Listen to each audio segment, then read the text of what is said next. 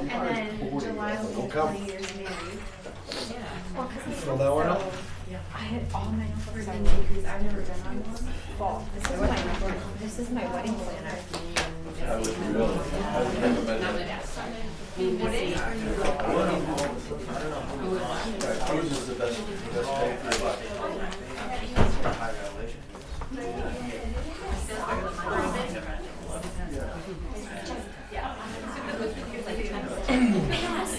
Hi, Ashley.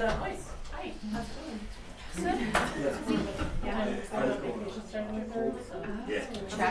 Good, how are you? I'm good, thank you. How are you? Is it good? Are you going to Florida? No. I'm just staying home.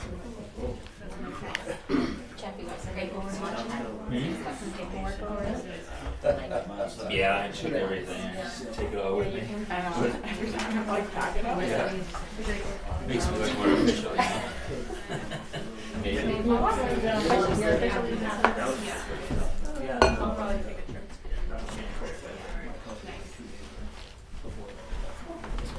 Kind of just the word. Well, at least you've got it though. Yeah. Hard to take time off.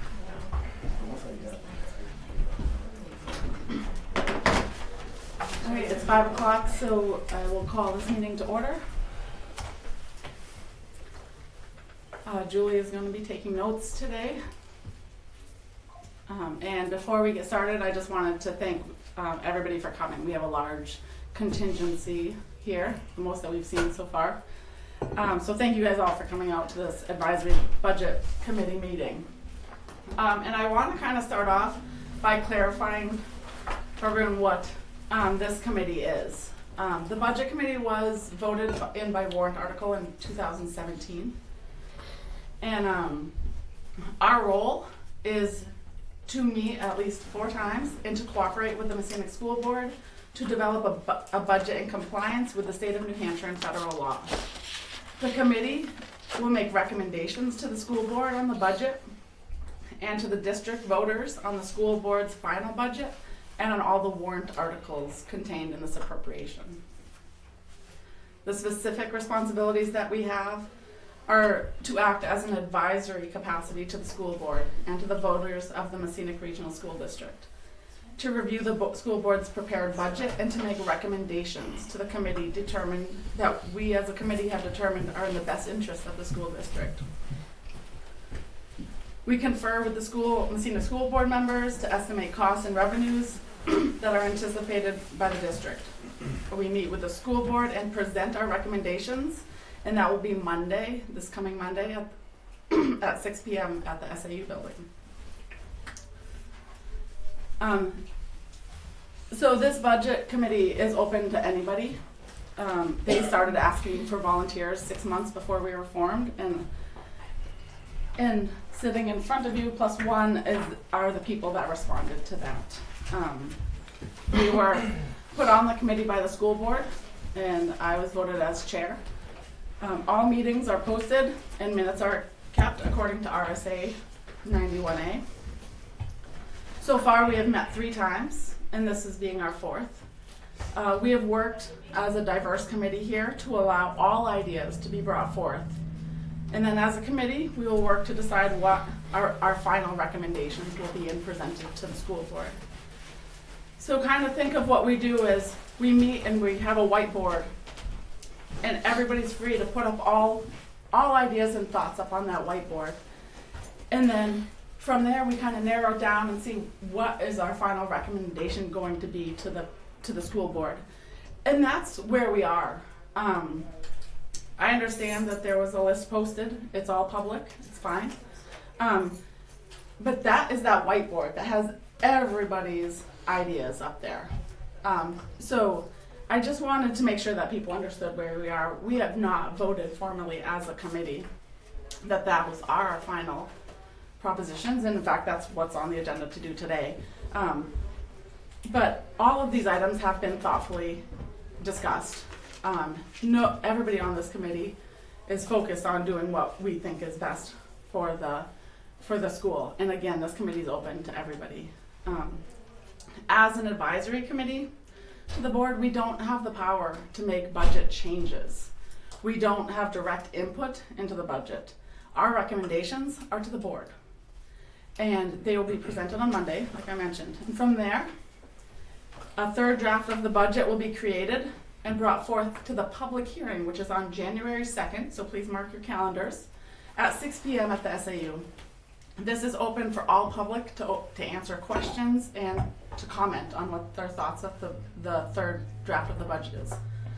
After that, the board will, in the school, will approve a final budget, and that will go to the deliberative session, and that will be February 7th. Again, mark your calendars, at 6 p.m. at the SAU building, and this is where the public can vote and actually make changes to the budget, to the actual budget. If you, That's at Messinic.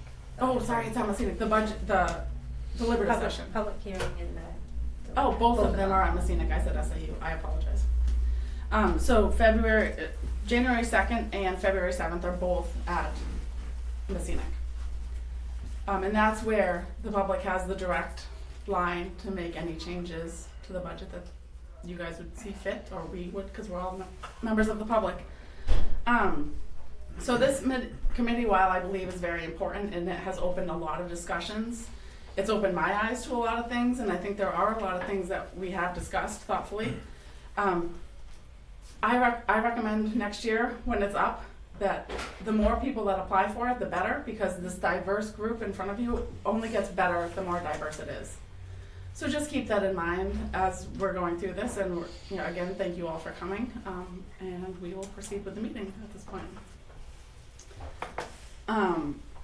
Okay, so we have the minutes of last week's meeting in front of you, so if you can review, and once you have had that time, please, we're looking for a motion to accept or to adjust. I know there was some discussion among the votes that we took regarding last meeting, but is it possible to table the minutes until Fred can confirm? Are you looking at, I know that we voted on a list, and I know that was okay, so this is Perhaps- going back to, Correct, I mean, so we have also Jeff was here and Sean. I wasn't here on I mean, mine. not Sean, sorry. Tom was here. The question is whether that the list that was compiled was formally voted on at some point. And yeah, because we remember a vote. Jesus and Dan seem to think that there was a vote, and I don't remember calling a vote. I didn't remember a vote. I don't remember a vote. So I actually don't know the protocol as far as can we table these until, or Well, there's a quorum here okay. of the board, so yeah, I believe actually, since you sat in, would you have been taking your spot? I wasn't Yeah. here, so Tom was here and Jeff was here, Selena was she That took was the here. minutes. And what I remember talking about the vote coming, like that we were compiling this list and that for us to vote item by item, but I don't remember calling for a vote at any point. Yeah, we didn't vote on the list. We were going to tonight. That was Right, the- tonight, that was my that's the understanding, yeah. I never actually voted. Okay. Okay, so that being said, I would accept a motion to accept or a motion to amend. I abstain.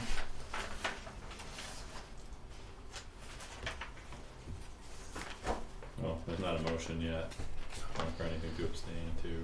So yeah, so is it possible to table?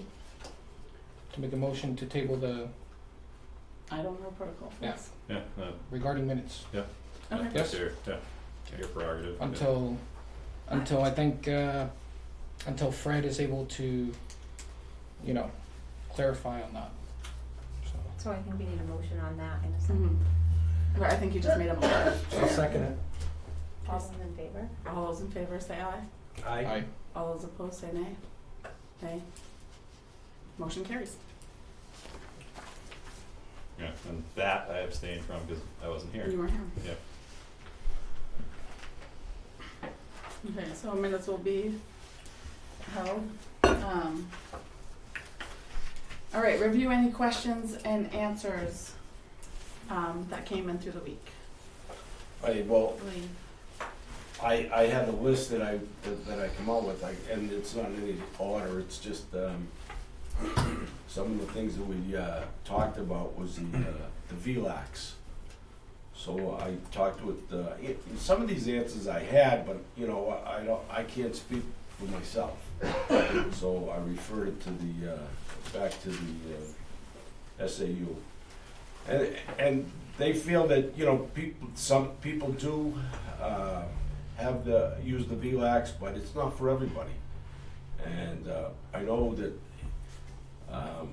Jesus said if it's good for one, it's good for all, but you know, education is tailored, and you know, not everybody can learn at the same rate. So we've had some pretty outstanding students go out to the VLAX and not do as well, and then we have others that do well. So it's sitting in front of a screen, and there's really no feedback. It's just how you learn from it. The other thing was the Medicare and insurance payments. There are revenues, okay? So there are revenues that come in, and those revenues are produced by the psychologists and the behavioralists, the occupational and physical therapists, okay? And then I asked them about those positions. I know, you know, going back as long as I can remember, you know, the psychologist has always been discussed at all the meetings, but in fact, I know it was brought up that they aren't needed, and but they are required, okay? Now,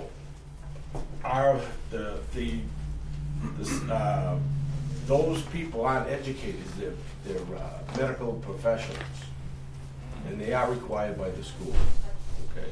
According to... The services are required, correct? Services.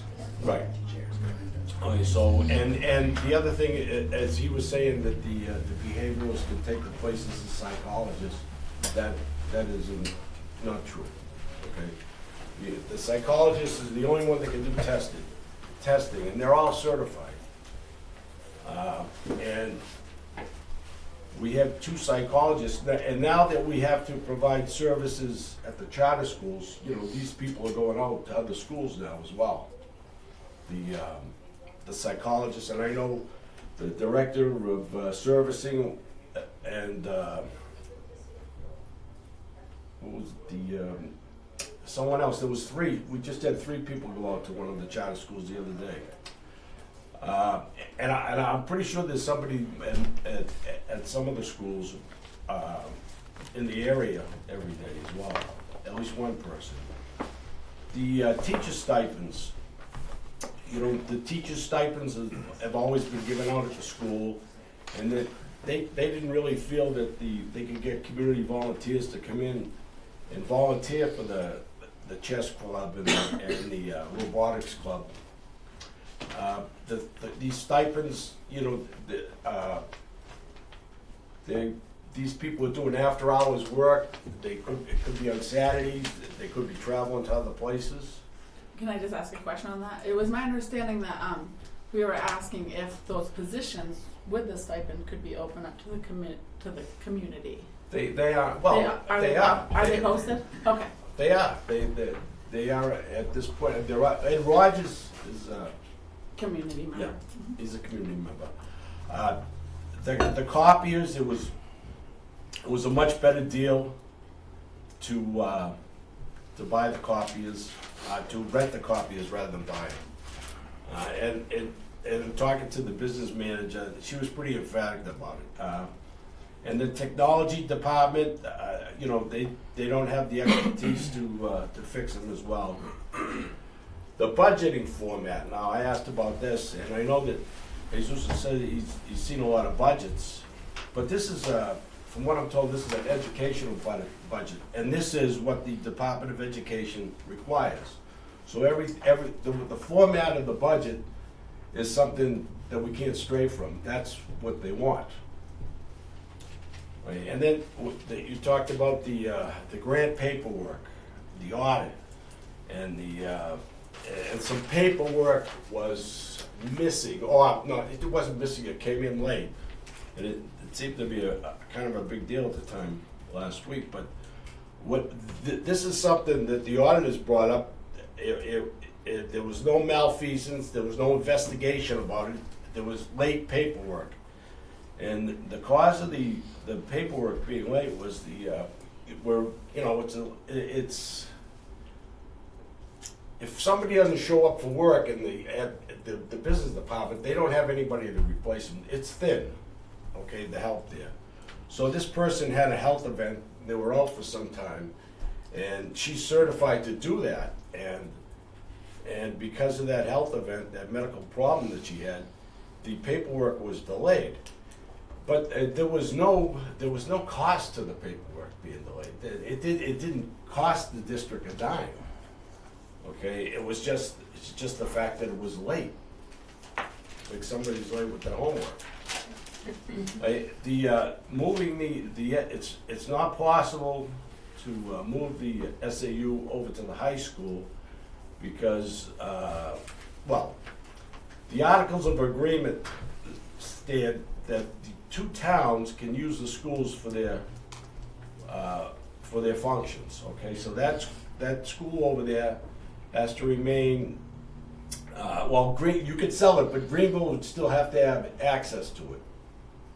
Okay, the room over there, and I can remember that when we built the schools, that was one of the agreements that the schools were open to the towns, and if the towns had functions, they could use it.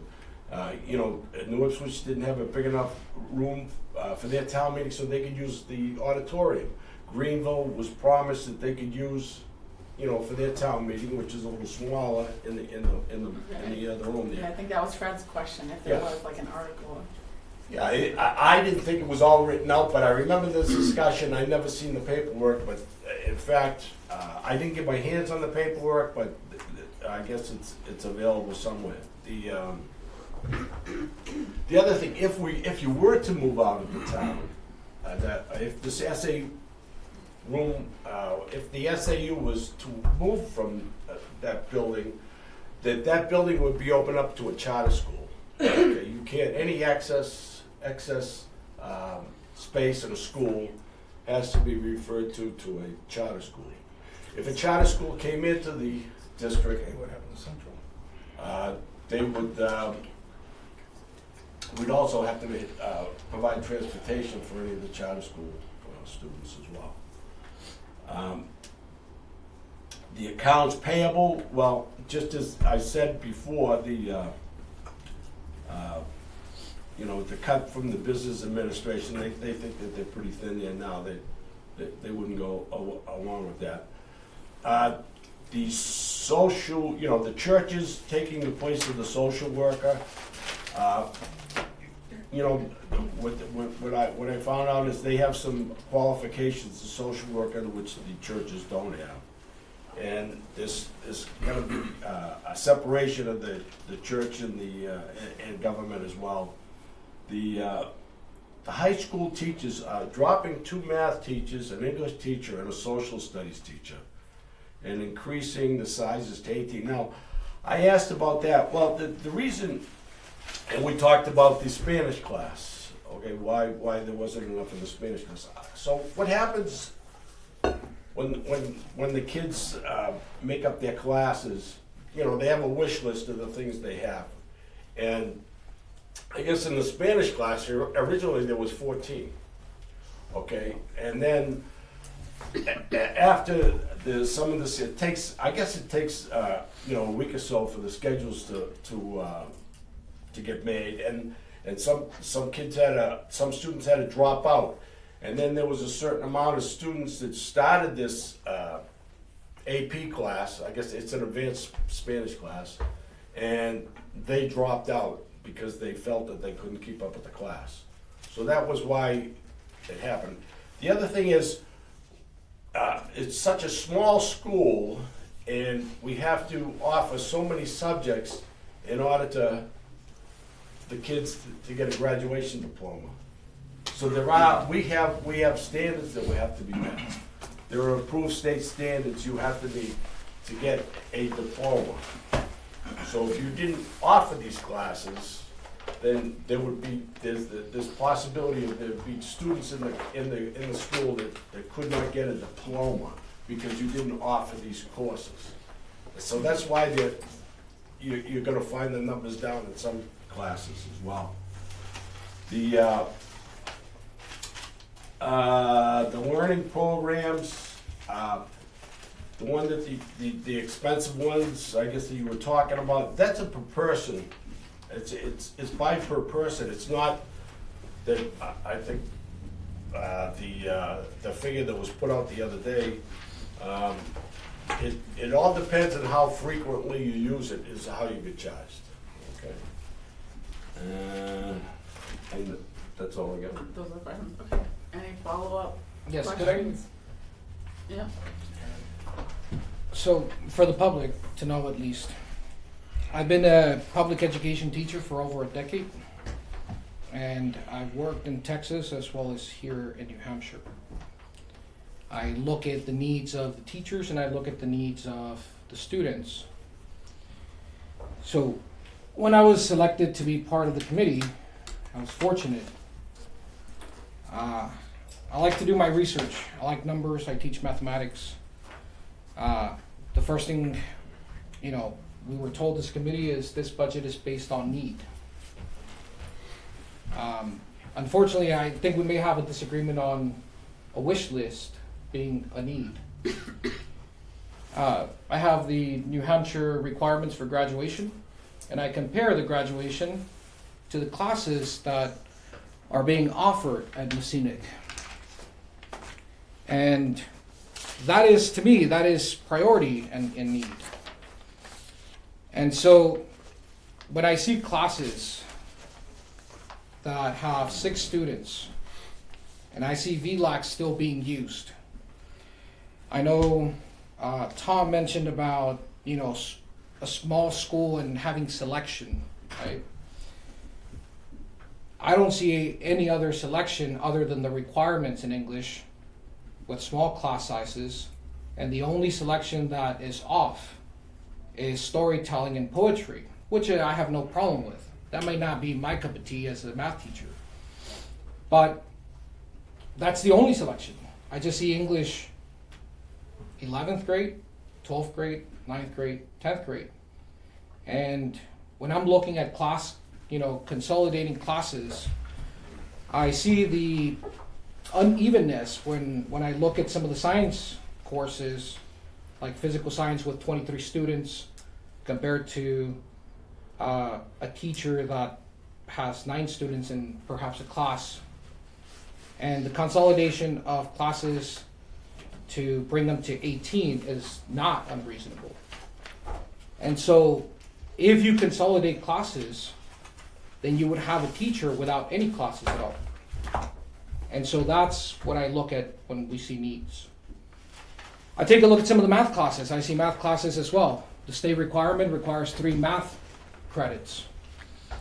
And I see classes that have, other than calculus AP, I see pre-algebra, and I see several other classes that could be consolidated. And if you were to consolidate classes, then you would only end up with 2 teachers. So part of the recommendation was removing the vacancy. That was when you said 2 math teachers. One of them is already a vacancy. Removing the vacancy, as well as removing one of the teachers with the possibility of, if not in workforce reduction, with the possibility of moving that teacher to VLAX, where if a student sits down to take, a course online, the one course that I would think that would need analytical skills would be mathematics and math related. Science as well, and it's something that a math teacher could easily do the analytical portion of the math. And so I see that there is an oversupply of teachers in areas and the lack of others in other areas. I look at student performance. I ask for the analytics regarding what we have. I know that in one of our meetings, Ms. Melissa Gray, the curriculum coordinator, mentioned from the top of her head, a couple of courses. But as a math teacher, I want to see, are they working or are they not? Because I've seen it time and time again in every single public school, regardless of size. And the first thing I see is there's programs that have been designed. I worked for a school where they purchased iReady. And iReady, they purchased it for the high school, and yet it didn't offer high school material. So I don't know who's doing the vetting. I asked for the analytics because I wanted to see if they were working. One way to compare that is by looking at, if you're looking at preparing students for the future, and even though some schools may not require SAT scores, there's a huge correlation between completion of college and SAT scores. And I was told nothing. I wasn't given any analytics regarding any software, whether it was the number of users or any academic progress. I specifically mentioned SAT scores for the high school.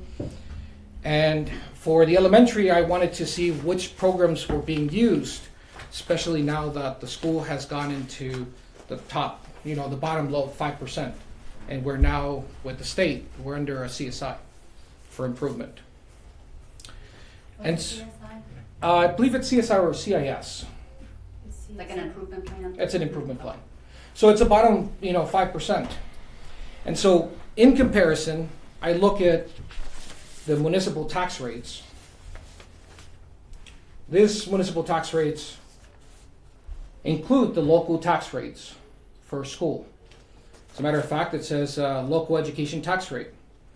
Out of 108 towns that reported as of November 10, 2023, this is coming from the Department of Revenue Administration. We are the top 8 out of 108 towns. Out of 108 towns in the state of New Hampshire that reported by then, we are paying $18.11 per $1,000. And yet, that is not reflective with school performance. The inefficiency is reflected in the budget. And I know that for a fact, I know a lot of people are concerned about, well, we're removing too much, and I completely understand. There's no doubt. And I think that in the past, if people would have sat down and actually analyzed the budget, and they would have seen the roles and responsibilities, when we wanted to consolidate administrative roles, Dan was kind enough to go get me copies of the roles and responsibilities of personnel. Never happened. And he was told that it was not open to the public. So he couldn't get copies, he couldn't, I work as a teacher. I come out, and by the time I make it to the SAU, they're either closed or closing.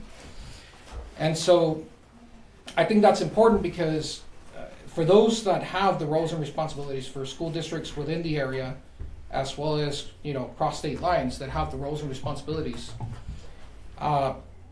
accounts payable as well as payroll are part of the business administrator. And so I wanted to see if there was an overlap, a redundancy of things.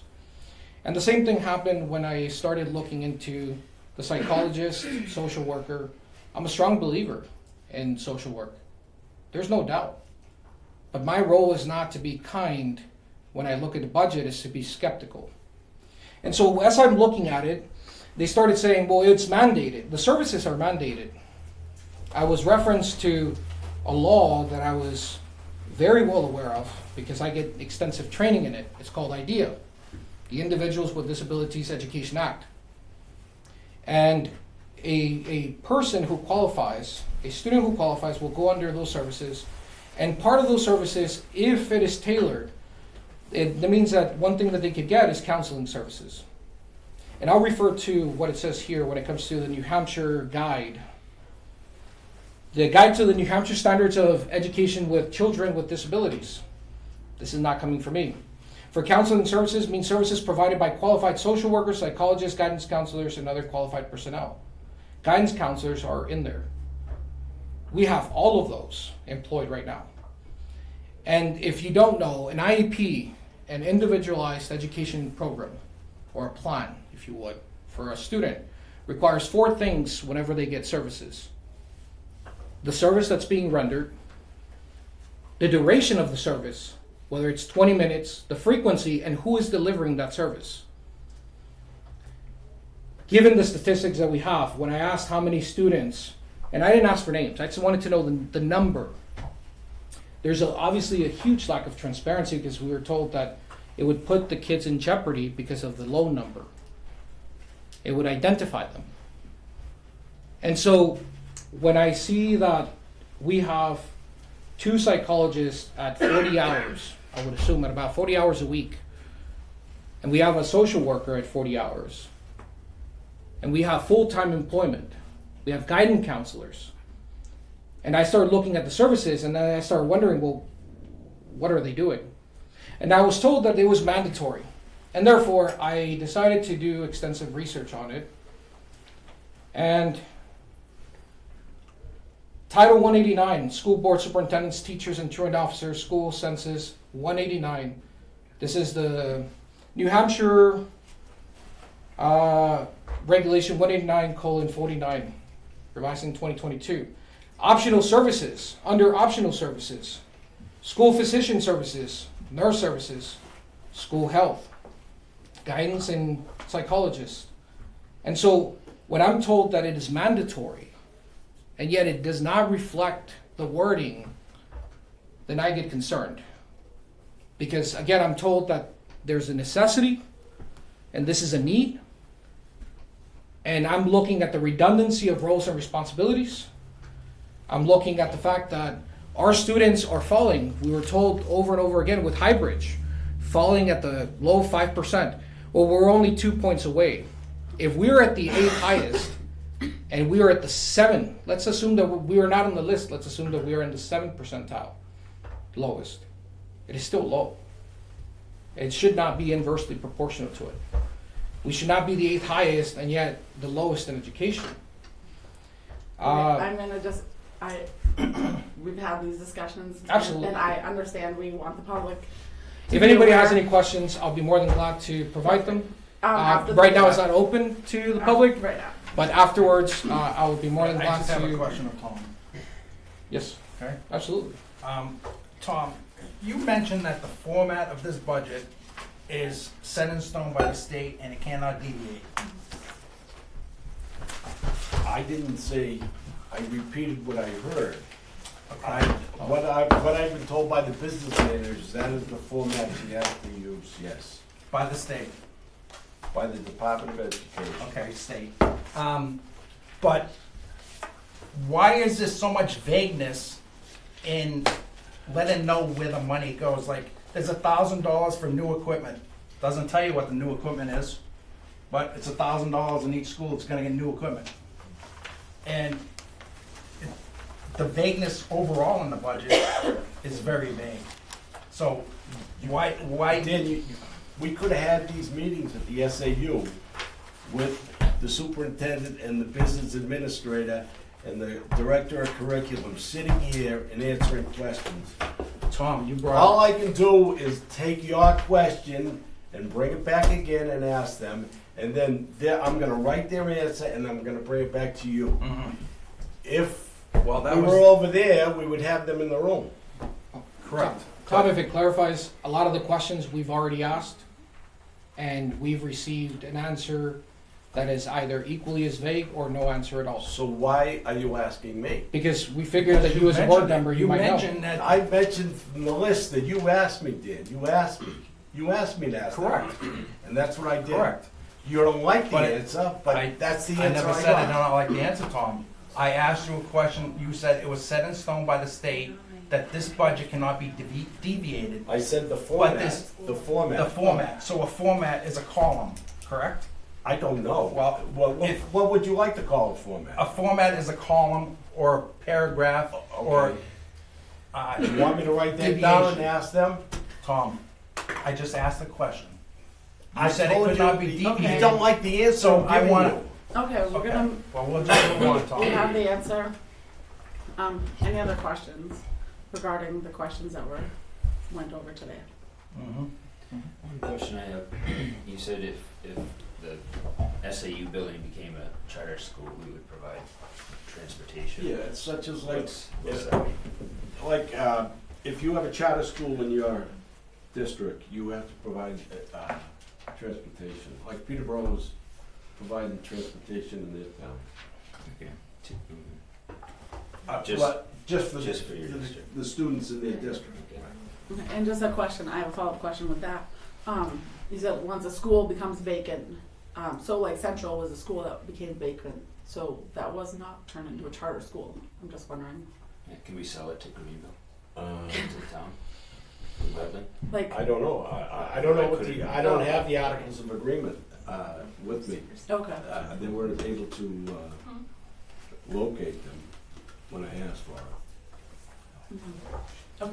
Do we have a list on what we will be voting on? Yes, it's the same one that I emailed you, You did get- with one addition that came in late from, Sean. Yeah. Let me see if I can get a internet going on here. So here is, I will read them out. Okay. We'll just go in order. So I'm open to suggestions, but my thought is I'll just read. Number one, each board member can have a quick, like 1 to 2 line, try to keep it under 30 seconds, either reason why, if you want to fight for it or disagree with it. And then we'll do a call by show of hands. And then we'll just move through them as we go. Does that sound good? Okay. So number 1, removal of both psychologist position duties to behavior. Removal of both psychologist positions, duties to behavior specialist or contract PRN as needed. Any quick comments? Can I amend on that? What? You can, or I would amend to say that it would be also include, not just behavioral analyst, but also guidance counselor to fulfill the services. Okay, behavioral specialist, Can you clarify PRN guidance counselor. as needed? Okay. Any other comments or thoughts? I guess my initial thought is like to remove both.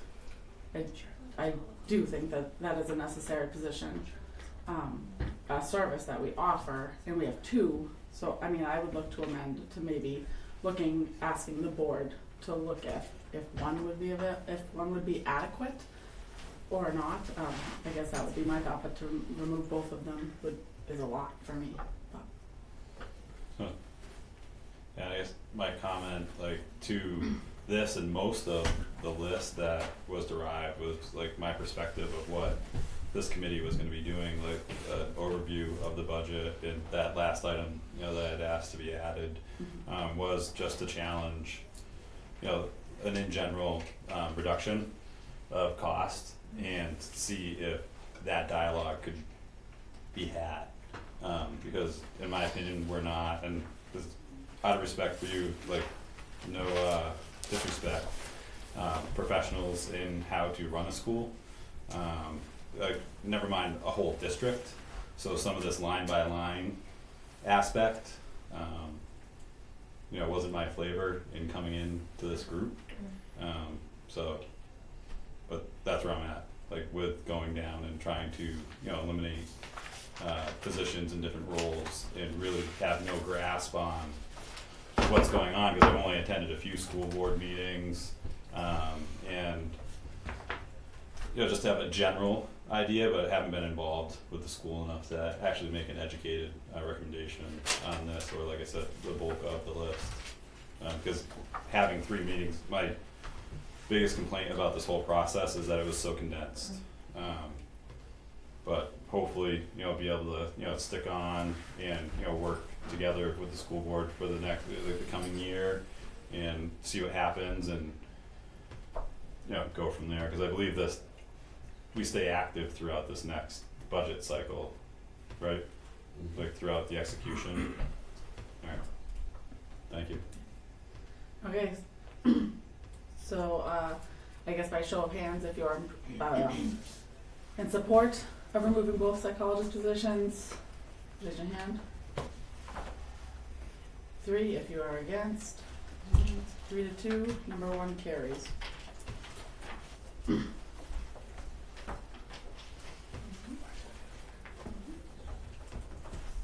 Okay.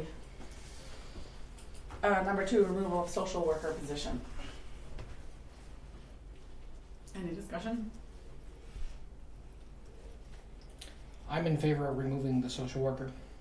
I think it's, although the services are nice, if it is something that the town sees more fit as beneficial, I think the town should consider employing it, but for educational purposes and for the services that they render, and which in this case would be mandatory, like the IEP, to cover federal mandates, I think it is redundant to be able to keep the social worker for counseling services. Okay, any other discussion? I opt to keep the social worker. I really see that there is a need for a social worker. If we have one, I really believe we should keep her or him. Okay, move to a vote. Those in favor of removal, social worker, please raise your hand. 2, those opposed, raise your hand. 3, number 2 does not carry. Number 3, removal of physical therapist salary.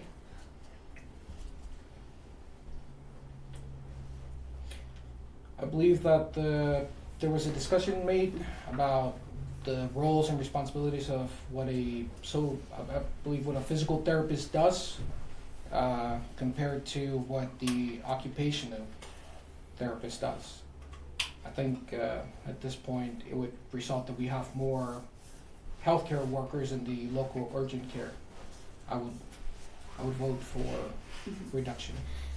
And like I had said, I think during our discussion last time, is that, you know, I think there is a redundancy between the occupational therapy and physical therapy and in a school district. While the skill is necessary, that is a smaller portion, so that could be looked at something that could be subbed out. Any other discussion? Okay, all those in favor of removing the physical therapy salary? And those opposed? Did you Number 2 abstain? carries. No, I raised my hand. It was 4 to 1, sorry.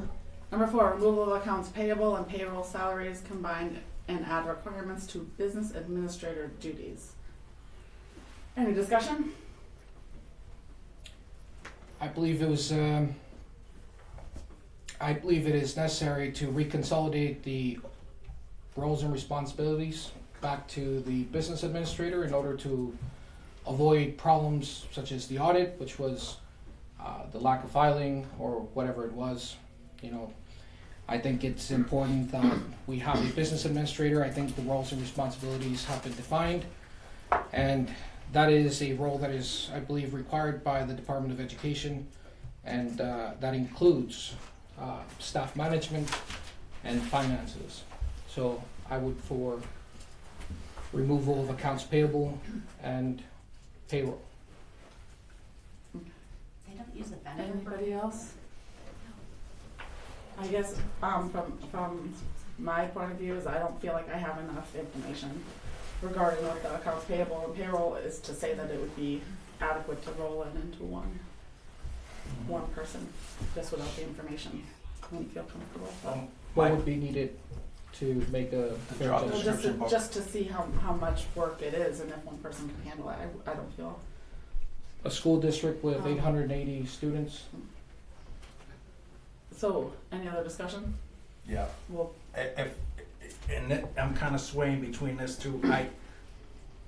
There's a lot of redundancy. If you got a business manager, accounts receivable, and accounts payable, that's like everyone's dealing with a checkbook.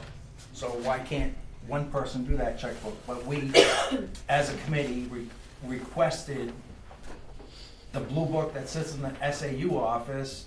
That's non-public information, but the job descriptions are sitting in there still, and I did not have the access to the book I could physically look at the pages, I couldn't photocopy them, I could not take the book off the desk or take a picture of the pages. But yet, understand this, every job description in that book, they are responsible to the public, and the public has no access to that book. Per Dr. Martin, several times. Can we table? Okay. So I'd like to table that until we get some more information on the Okay, exact rules. and it is my understanding that the public can go in and check that book out anytime. Like you It's can not go public in information there. according to Dr. Martin. That's And I that's have not that how I in an email. understood it. I have it in emails. It is public, and you okay. can take screenshots, and it's. Oh, really? Yeah, it's public information. Okay. So are we I'm tabling confused. 4? Mm-hmm. We're tabling 4? I second. Okay. 5, removal of superintendent's salary and adjust high school principal duties accordingly. Discussion. I would like to pull out from the regulations 194-C:5. Each school administrative unit shall provide superintendent services to be performed as required by RSA 194-C:4. School districts shall not be required to have a superintendent and may assign these services to one or more administrative personnel working full or part-time. Or such services may be independently contracted. Given the size of the school district compared to other school districts around the United States, with a population of students right now currently as of October 1st, 2023, of 880 students, I think we should reconsolidate the high school principal and superintendent. In this case, it would mean that supporting staff as well to go along with it. And I think it'll be important for us to. Wait, are you saying, so are you, number 6 is removal of the secretary's salary? Are you? Correct. So that would be That's a supporting different staff. No. That's supporting staff of the superintendent. Okay, The principal also has Right. their own secretary. okay. I think it'll be important for us to consolidate both roles. And Okay. Any other discussion? I will say for me, this is a tough one. And it's based on our frustration for the small amount of time that we've had. Because I do believe there are a lot of things that go along with the superintendent's position and delegating that to a principal. And obviously this is just recommendations. We can't say that, but like that's what will happen or anything. But with the short amount of time, that's where I struggled with a lot of, proposing these cuts without having due process to really look into them. Absolutely. But that's what I think, in my opinion, starting these conversations has been unnecessary, and that's what I appreciated. Could I add something? Quickly, yes. I understand the hesitation. There's no doubt. If it was a school district with 6, 7 schools, I completely understand the need. And when you have all interviews and recommendations that are put forth, at this point, the superintendent is the mediator and is the intermediate to put forth those recommendations. But I believe, if I'm not mistaken, those interviews for principalship are done. Any teacher who gets hired, anything dealing with the school, say for example Messina Regional High School, would be done by the principal, and the recommendation would be put forth to the principal. And I don't see how any of that could be directly put forth to the board, and we have to go through a salary of $133,000, not including benefits, to be able to make that recommendation. I think the consolidation of both, I think, would be essential into eliminating the middleman and for the school to function. It's not just a matter of saving money, but the reality is, I think it's essential for the function of the school. Okay, we're gonna put that one to vote. And I wholly agree with your statement, Selena. Okay, so number 5, voting, by show of hands, if you are in favor of removal of the superintendent's salary and adjust high school principal duties accordingly. Show of hands, yes.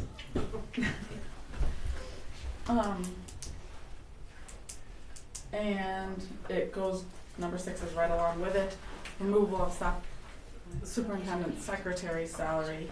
Any discussion on that?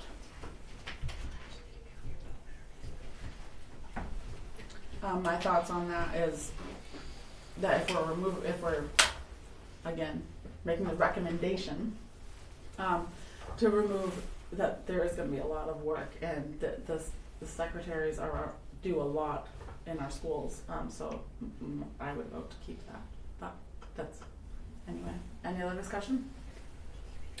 I would say it's removing supporting staff of either the roles that are being consolidated or eliminated would be essential to remove the supporting staff. In this case would be secretaries, not obviously established roles. But if in the future it is needed that they need more help, I think that that's something that the school board could take on and open up a position for an extra secretary, but it would be unnecessary without having Ed playing a role actively to make that judgment to say that you're going to keep somebody on the payroll just because you're making a prediction that it would be a lot. Okay, any other discussion? Number 6, if you are in favor of removal of superintendent secretary, raise your hand. And those opposed? Motion carries. Okay. Removal of truancy stipend. This is the stipend that is given to our principals for the truancy.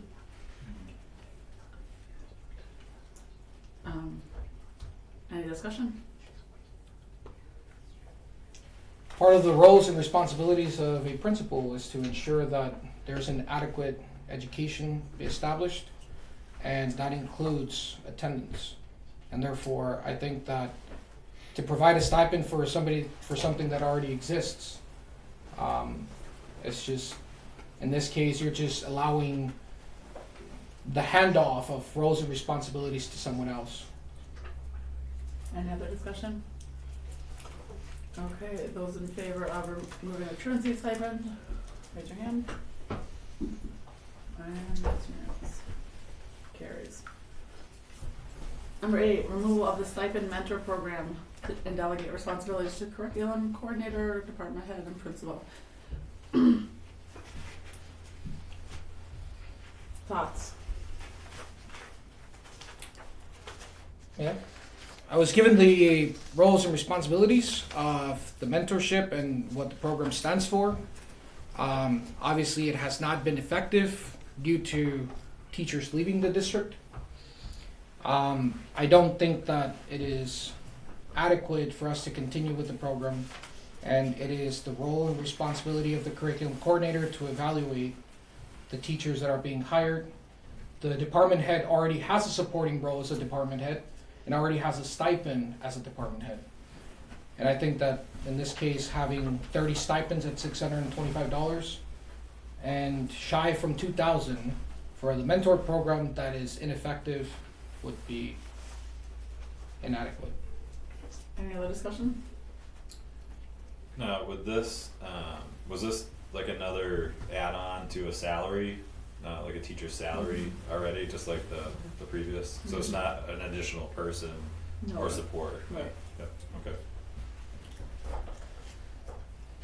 Okay, by show of hands, if you are in favor of removal of stipend mentor program, raise your hand.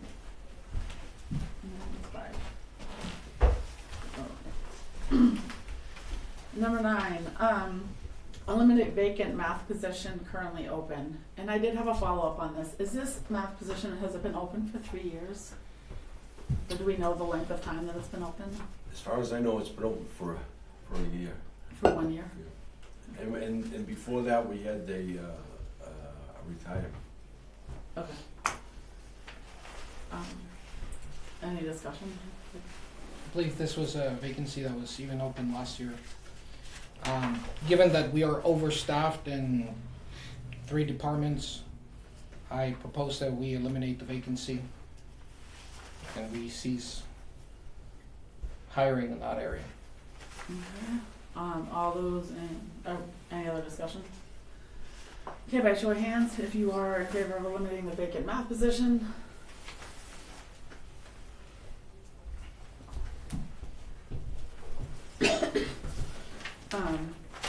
Okay, number 10, eliminate high school English teacher and combine classes as needed. Any discussion? If we are to consolidate classes to no less than 18 students per class, you would end up with a teacher without any classes. It would be redundant to keep the teacher.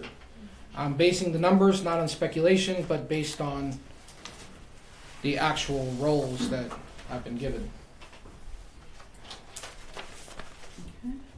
My thought is, I do recognize that we want to be very cost efficient, and we're looking at inefficiency as in trying to make the budget as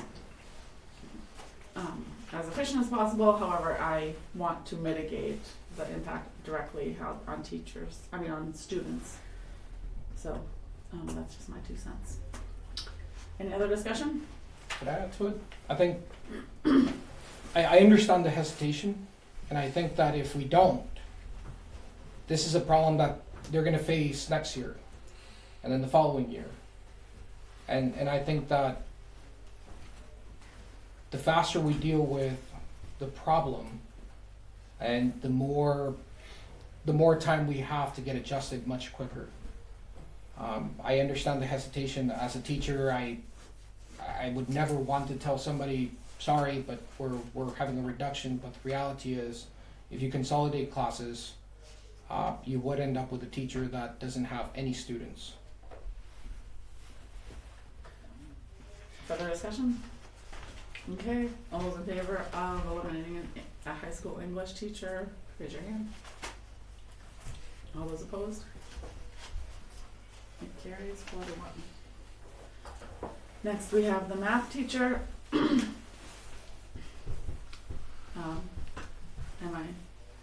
Any discussion? It's the same. So yeah, I would like to amend though. Again, the recommendation, if we consolidate classes, you would end up with a teacher that doesn't have any classes. And it would be an elimination. Given that we have, I believe it's 3 math teachers, I would like to amend and say that with the possibility that if not the position eliminated, to be moved to software utilization. In this case would be kids that are taking either credit recovery through VLAX or advanced courses. It doesn't matter what is that they want to take. I think having a teacher that has the analytical skills to be able to tutor right then and there. And so I would say either elimination or with the possibility of moving that person to strictly online curriculum and maybe perhaps at a computer lab. Okay, so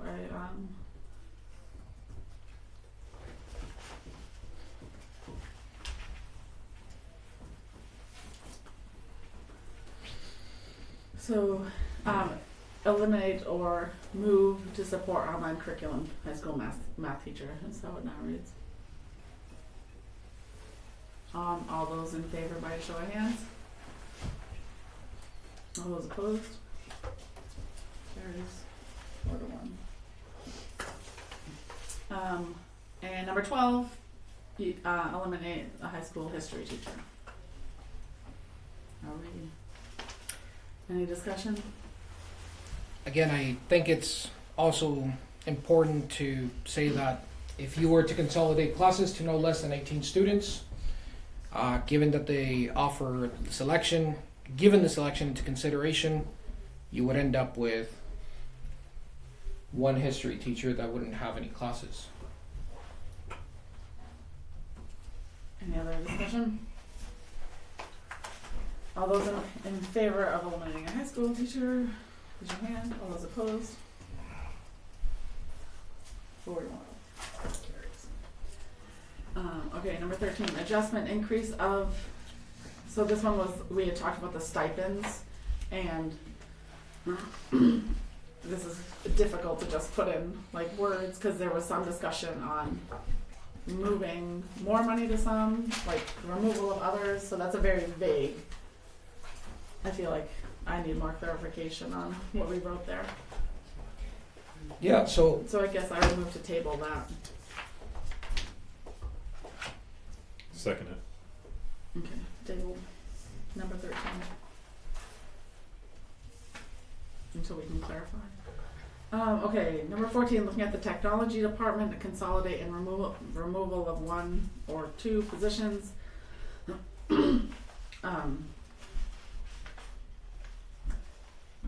Input? Discussion? It's overstaffed. I think it's important that we do have a technologist and, you know, it is properly serviced, but I believe that we are overstaffed. I think every comparable school district only has 2 technologists, for the most part, in which both technologists service elementary, middle, and high school So like a shared service, is that what you're saying? as a district. And so that's usually, it is very common for school districts with less than 2,500 students to have either 1, no more than 2 technologists, either a direct technologist with an assistant, and they usually open up opportunities for tech classes and apprenticeship for students to kind of assist them and train them in hands-on. Keene State. Okay, any other comments? Okay, looking at the technology department and possibly consolidating, removing 1 to 2 positions, all in favor, by show of hands. All those opposed? And carries. Number 15, separate vice principal and principal positions at the high school for transparency. Again, this is the one that was more like we just want that to be done in the budget. So that that's not even really. So, yeah, I think on that one is more of, It was like the salaries were combined, so we had trouble yeah. delineating. I will say though, I do have the salaries for the principal. It is Right, but that, I mean, put forth in the Department of Education. But it is important that when a budget is prepared, I think it is important that when you itemize it, you're able to distinguish whenever they claim new equipment. I think it's more of the specifications, not so much for the justification. It's more of the specifications of what is it you're getting. And so at this point, you know, looking at the salary, even though it says 2 full-time positions, and you would think that, you know, it is put forth like that, the salaries do not correspond. I have the salary of the Messinic Regional High School principal. Now keep in mind that this is the outdated version, so I wouldn't doubt that it is higher. This is 2 years from now. Back then it was at $95,753. 2 years ago for Boynton Middle School, it was at $91,291. And for Highbridge, it was at $95,753. And so I think there has to be a distinction between it because there's a lack of transparency regarding that.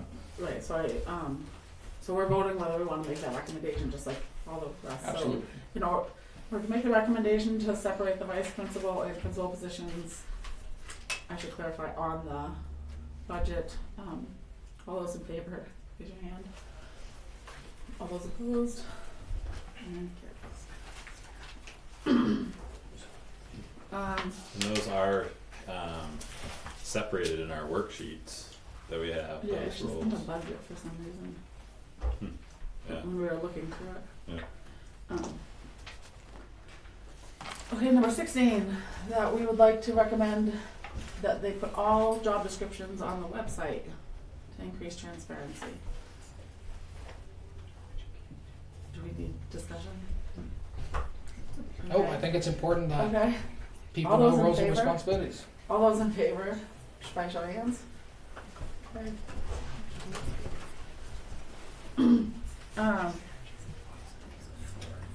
So So number 17 was line item budget for transparency and decreased questions. For the example that we had talked about the other night is that the mentor program stipend is in the budget, and then it's also in the co-curricular stipend list that is a separate budget item. So it looks like there's a redundancy there. Again, this is just like it's kind of more of a clerical thing that we just that we would be recommending. Do we need further discussion? I'd like to amend it. I think anything that's stated in the budget, I think it, if it's itemized, I think it should be specified. Not just as vague as new equipment or anything of that sort. So what do you want to amend it to? Anything in the future, the possibility of amending. I would assume that whoever's preparing the budget and they're getting, the stuff together, they would ask, what is it that you're getting? And, nobody's just submitting a purchase order that says $1,000. Okay, and So I think, specifications. and we can adjust that on our final recommendation. Absolutely. Too. Okay, so number 17, we're voting to see if we should recommend line item items with specifics for transparency and decreased questions on the budget. Now, if I could just make a point of comment to this. So again, there is some level of specificity in the worksheets that we receive, but not a lot. And all of these worksheets are also public record to go along, with the budgets. And so the information's there. If anybody has a question about a line, they can refer back to the bigger document. Sometimes making the core documents too large and too weighty with information actually deters people from looking into different aspects of the budget. So if you had a question of one, to know that the backup information is available is sufficient to me. Okay. All right, so we're just voting on that recommendation for line item budget with specifics for transparency, decreased questions. All those in favor, raise your hand. Those opposed? Number 18, looking at purchasing equipment versus rental, the copier, and having the technology department maintain equipment if appropriate, or it doesn't say if appropriate, have technology department maintain equipment. Any comments? Are we just saying that they should look into this? Yeah, look into purchasing versus continuing to rent to make sure that Which would it's be a still. normal thing to do every year anyway. Right. You would think. Yeah. Yes, sir. Okay. So whether we should recommend to look into purchasing equipment versus rental? All those in favor, raise your hand. All opposed? Okay, moving the website upkeep to class, eliminating that paid position, and we had said possibly the yearbook could learn some media skills. And I will follow up that with, I did have a discussion with a board member that there is personal information that is uploaded to the website, and that wouldn't be something that they would pass on to students. I have a question.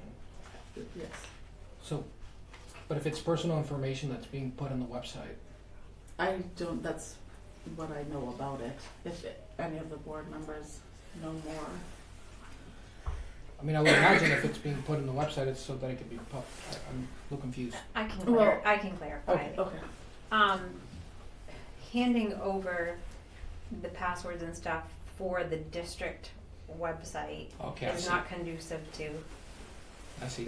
I mean, the kids, the yearbook committee, they can upload. They'll have pictures or content, but as far as doing the day-to-day, whatever it is, minutes, meetings, deliberative information, uploading documents, the kids shouldn't be doing that.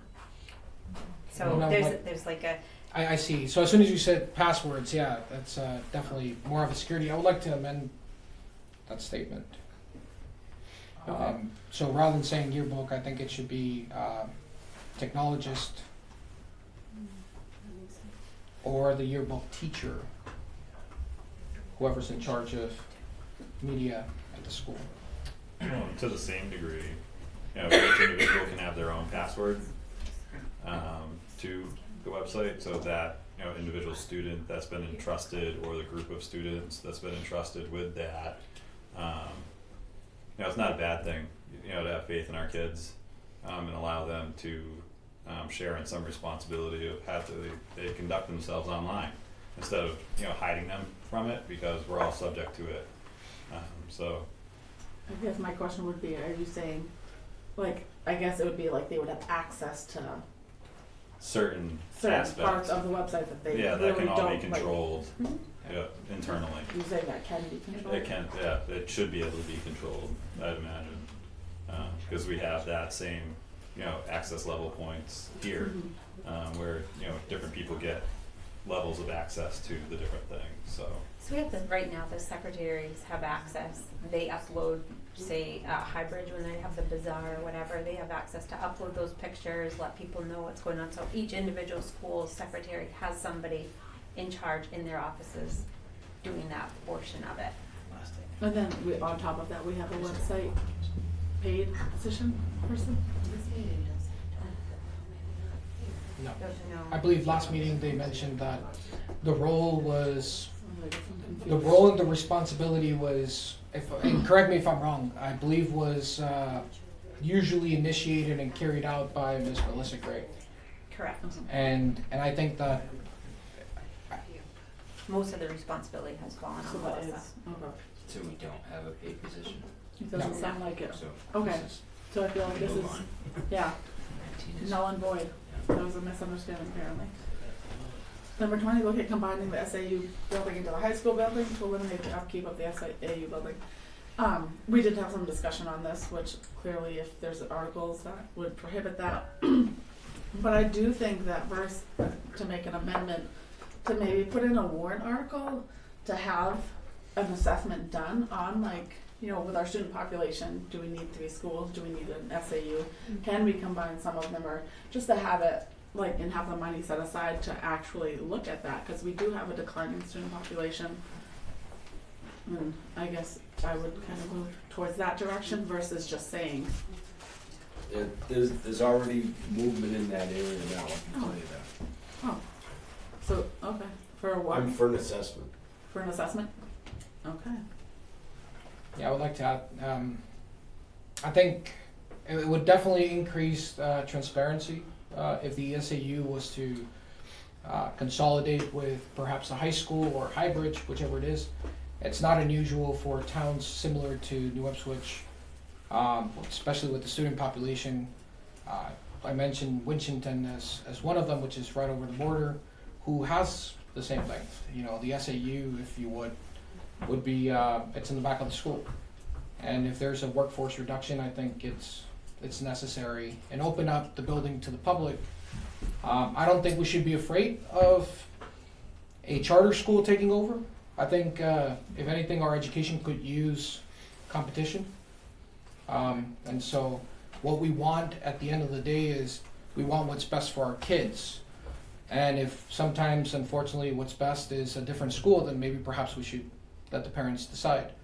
But I think it's the role and responsibility of the school board to ensure that the best option is Messinic. And so I don't think we should be afraid of anybody coming in and taking over. I think if anything, competition would be welcome. I'm not afraid of anybody taking over. I was just making the information out there that you can't just get rid of a building. There's somebody has dibs on it, you know? Absolutely. And if a charter school, that's fine. Competition is fine. Everybody likes competition. Okay, so that's number 20. Though it doesn't necessarily reduce costs, Right. No, yeah. to the tune of $10 million last year. That's what, Just for a point of clarification, Selena, is this all under the feasibility study, number 20? Yeah, we're still talking about that, yeah. Which it sounds like to me it's already in the process, so. Well, you I can still feel make the like- recommendation. Yeah, still make the recommendation. Let them continue So with the number process. 20, look at combining SAU into the high school to to eliminate upkeep of the SAU building. All those in favor? Say all those opposed?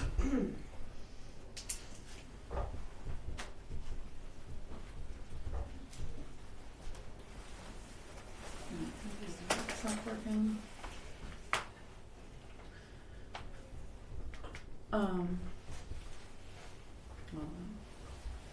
Okay, number 21. Increase board stipends to allow for continuing education and conference attendance reimbursement.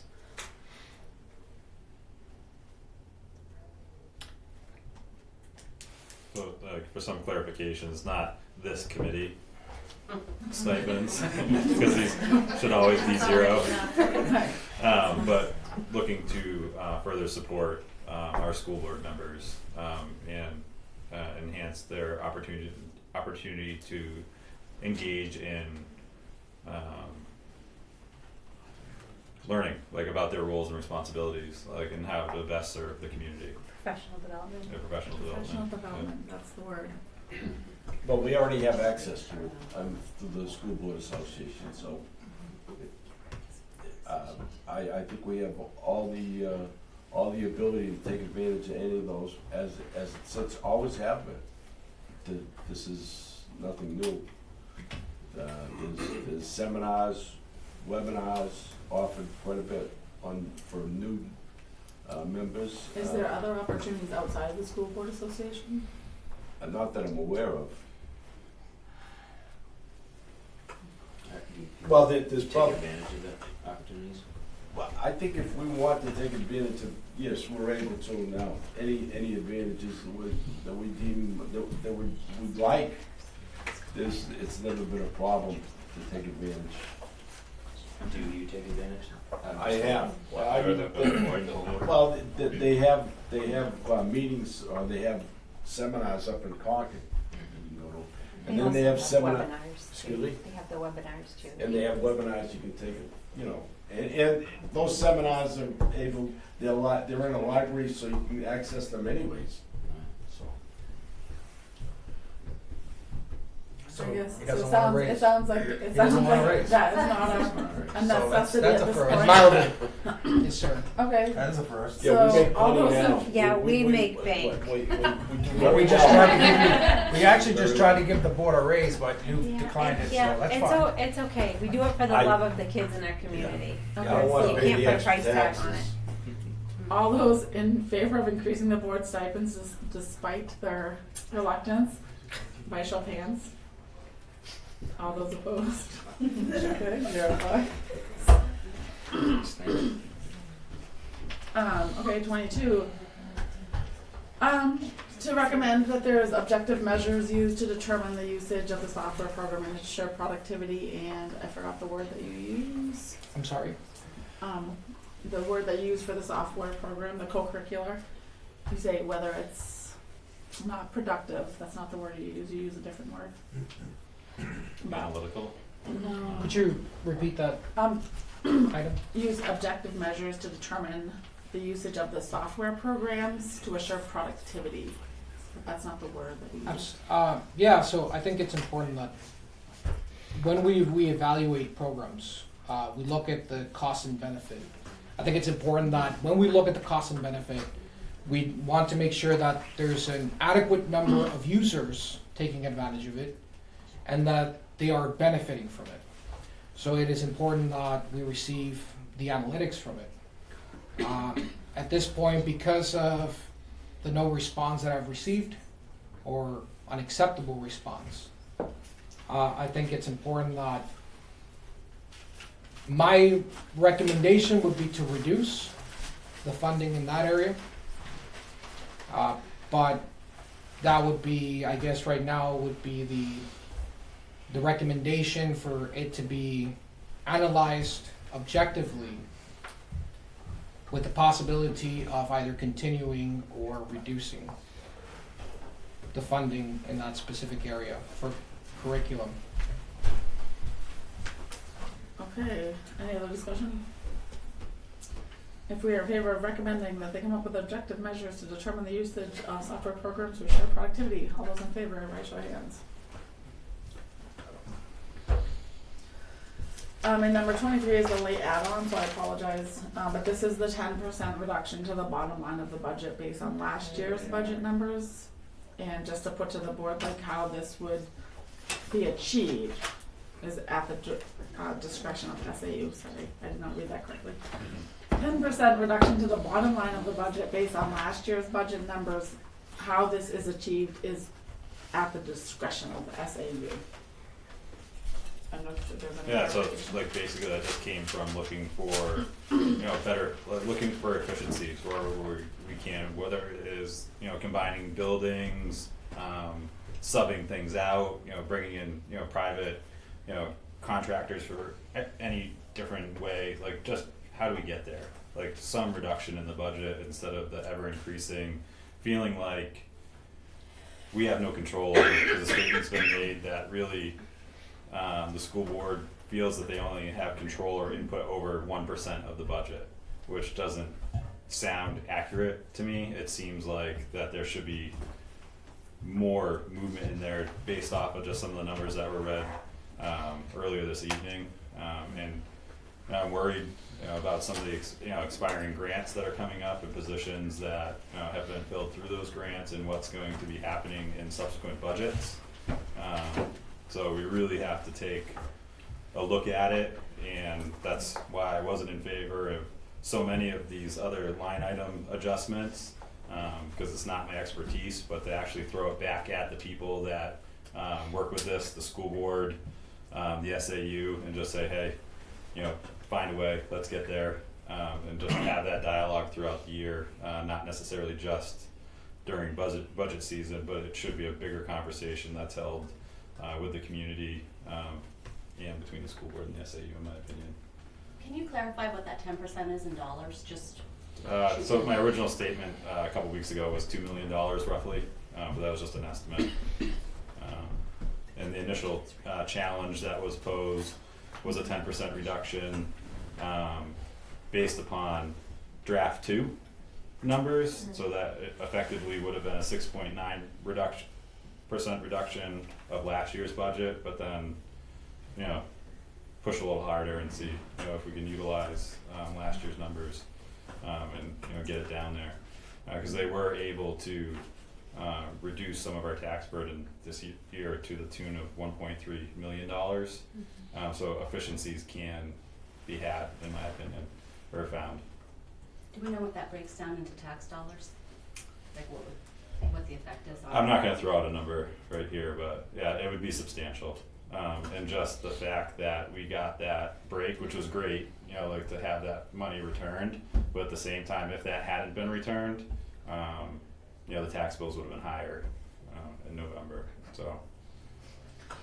Okay, any other discussion? Yeah, could I add so I'm a strong believer that we accommodate students.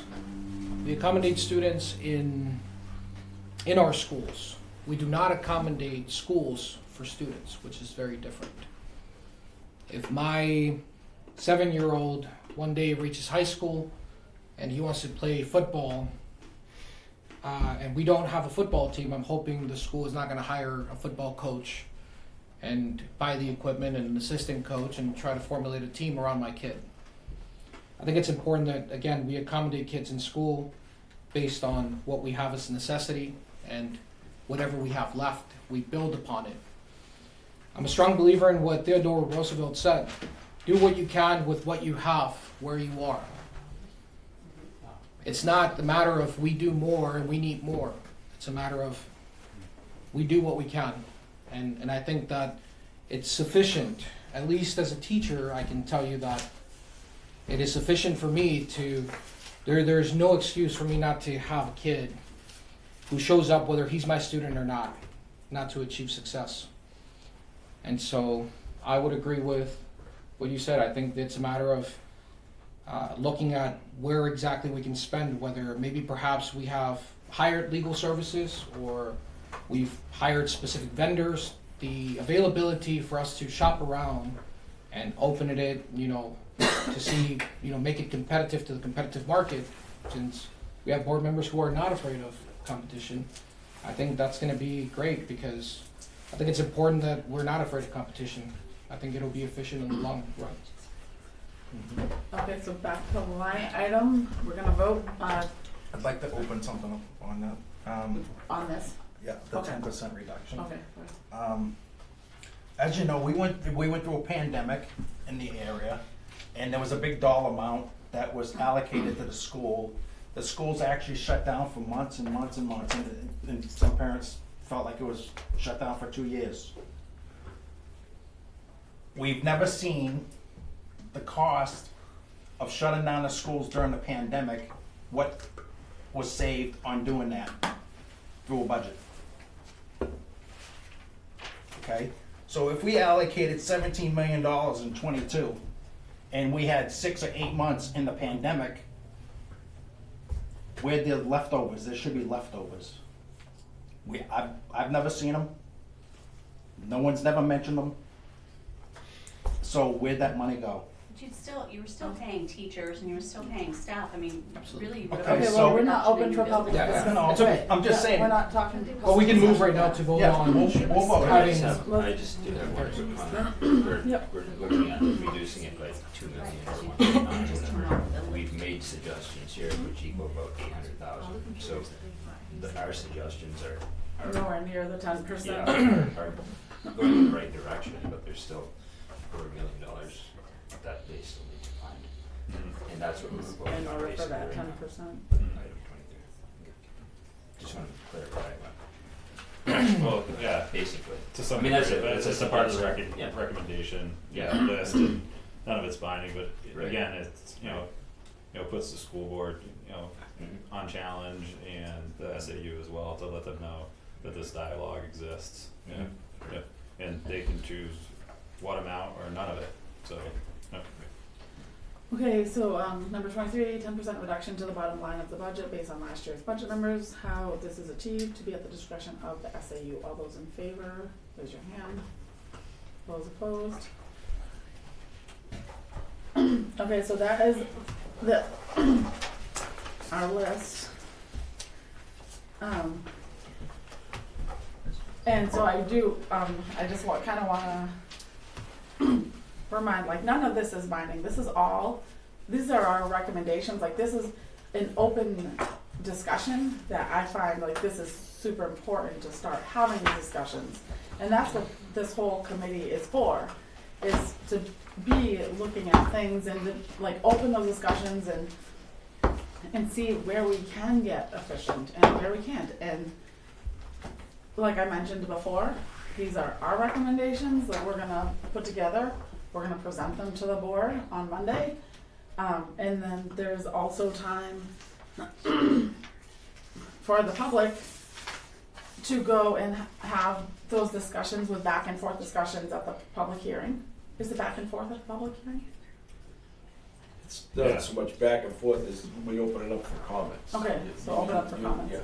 And then also at the deliberative session which is where the community has the right to go and actually make changes to the budget by vote. Well, you can put any agenda items you want discussed on the meeting that night, and you can discuss those. Well, if you have something you want the community to discuss, you put it on the agenda and they talk about it. But whatever on the agenda is what the members are gonna talk about. But if you have something else, you have either ask for an amendment or come in and see the secretary there and ask her that you want some time to discuss a certain subject.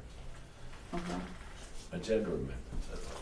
Yeah, 'cause like the public hearing is, more or less an opportunity, just like now, like how this committee was able to come up with dialogue, and questions, for the school board directly before it got to that draft 3 point of where they were going to present to the public. So then that's your role at that meeting to be able to, give your input into the budget making process. And then once that's closed, they can choose to adopt any of the suggestions that have been had, during that public hearing or not, or to finalize it.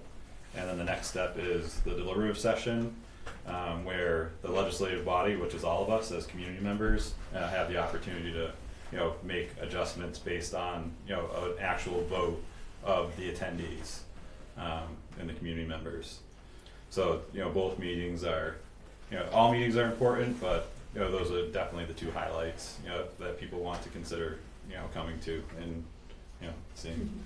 But naturally, it'd be better to be a part of the process as early as you can, so you kind of understand more of how things work. We have to allocate at least a half an hour for public comment, and the chairman will open it up at the beginning, and then there's time at the end, or if she feels something needs to be said, she opens it up at the end for public comment. Could I add something to the agenda? I know that I requested some information regarding substitutes and the days.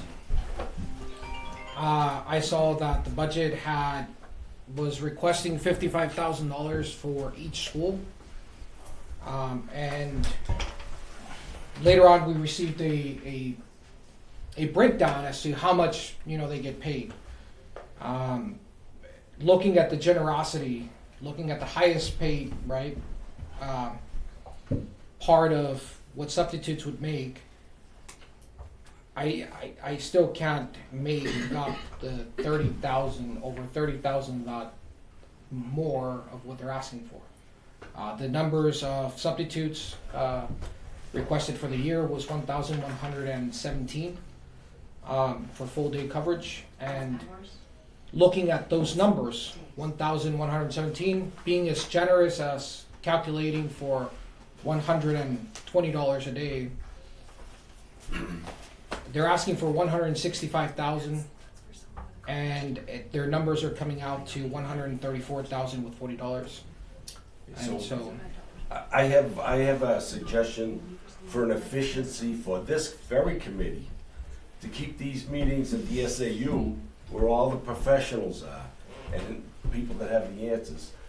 Asking us. Well, I'm not asking anybody. No, well, I just made the comment. Yeah, I'm making a comment about an efficiency. absolutely. Okay. These meetings are usually at the SAU with all the personnel in the room that can answer questions. You've elected to take it out of that and bring it over here, so it's a little more difficult to get the answers you need when the people that can answer them aren't here. Well, I will comment on that to say that when we were there, answers were vague, and there was no result, and so I think it was important to have the community involved. So we selected an area that was much more feasible for the majority of the public, and so Wait a minute, we could have went to the auditorium hall if we expected a lot of absolutely, I people. agree. mean, to say that we couldn't accommodate the public at the SAU isn't a true fact. No, I'm saying that the reason we didn't go is because, again, when you're saying you can be there to ask the questions, but when the answers that we're getting are unsatisfactory because they're just not detailed and they don't answer what we asked.